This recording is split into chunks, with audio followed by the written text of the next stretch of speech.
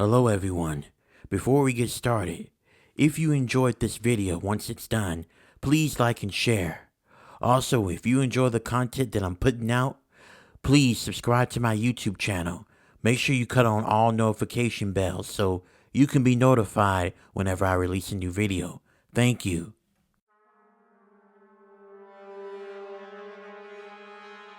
This experience is the reason why I will never babysit again. I never babysit someone else's kid and not know what their history is, because I was at death's door had I not ran out and got help in the nick of time. And I almost wasn't believed either, and it led into some whole other problems. My name is Chelsea, and this happened to me when I was 16 years old. I was doing babysitting for the Johnsons. Mr. and Mrs. Johnson were a very nice couple. They lived across the street from us. And even though I had a job, I always wanted to find ways to make some extra cash. That's when Mr. and Mrs. Johnson offered to my parents that I should babysit their daughter, who was 9 years old. Their daughter's name was Mackenzie, and from what they told me, she was a very pretty nice girl and very respectful. So I figured that it wouldn't be too hard when they asked me to babysit her.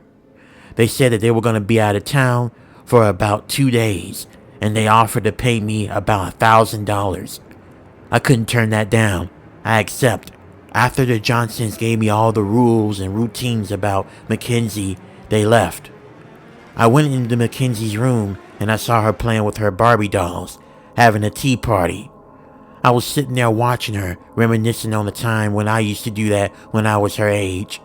Afterwards, I asked her, "Hey Mackenzie, I'm so sorry to interrupt you. You can get back to your tea party. Just want to know, what do you want for dinner?"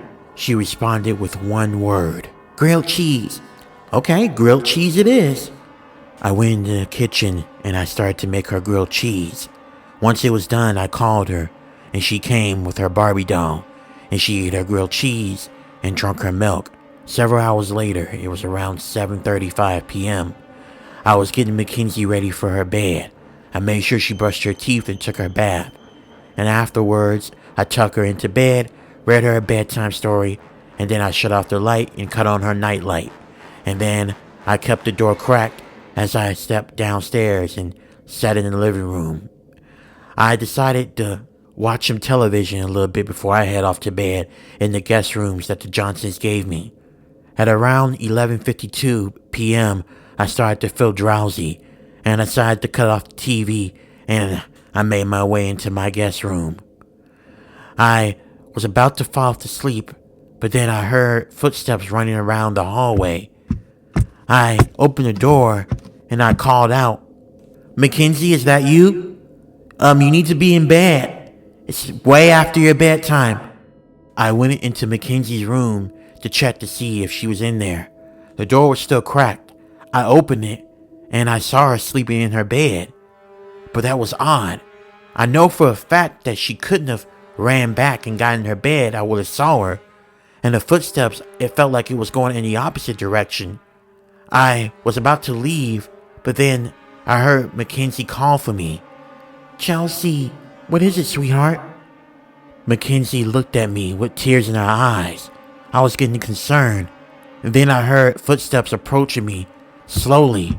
And Mackenzie looked up and screamed as she pointed behind me. And she said to me, "No, she got out of the basement again." I turned around quickly and I saw a girl.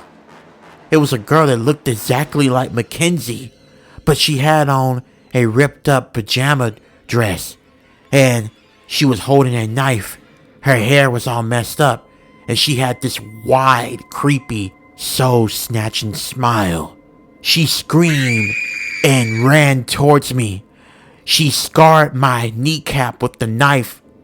I remember screaming out in pain as I ran towards Mackenzie, and I grabbed her, and I ran downstairs as the little girl who looked exactly like Mackenzie screamed.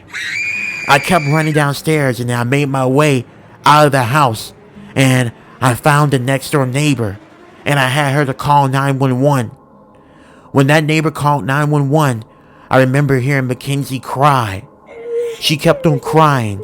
I didn't know what was happening. After the woman got off the phone, I asked her what was happening, what was going on. And the woman, the neighbor of the Johnsons, looked at me and she said to me, "I can't believe it. Look, Mackenzie, that girl that came after you, that was her twin sister. The Johnsons never told you about her?" "No, they never told me anything about this.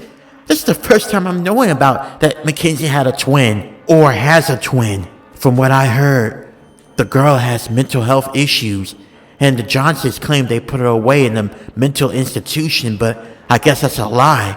I guess they didn't want to take her there. But I'm so sorry that you had to go through that. They should have told you about her." After the neighbor told me this, I was mortified. And then a few moments later, the cops had came, and then the Johnsons. Everything was kind of a blur, but I remember the little girl, Mackenzie's twin sister, was put into custody, and the parents had a lot of explaining to do. Eventually, CPS came and took not only the twin sister, but Mackenzie away from the Johnsons. After that, my parents got on to them as well, claiming that they should have said something to their daughter, which is me, because I got injured, even though I was going to be alright. After a while, my parents filed a lawsuit against the Johnsons, and then eventually the Johnsons moved out of the neighborhood. I, since then, have not done any babysitting after that incident. I just couldn't believe that the Johnsons had such a horrifying secret that they never told me about. Luckily, the girl was small, and she didn't cause that much damage, but I couldn't help but to think about what would have happened had I stayed asleep and not woken up to the noise. Could that little girl have killed me? If she had of, I wouldn't be here right now telling you this.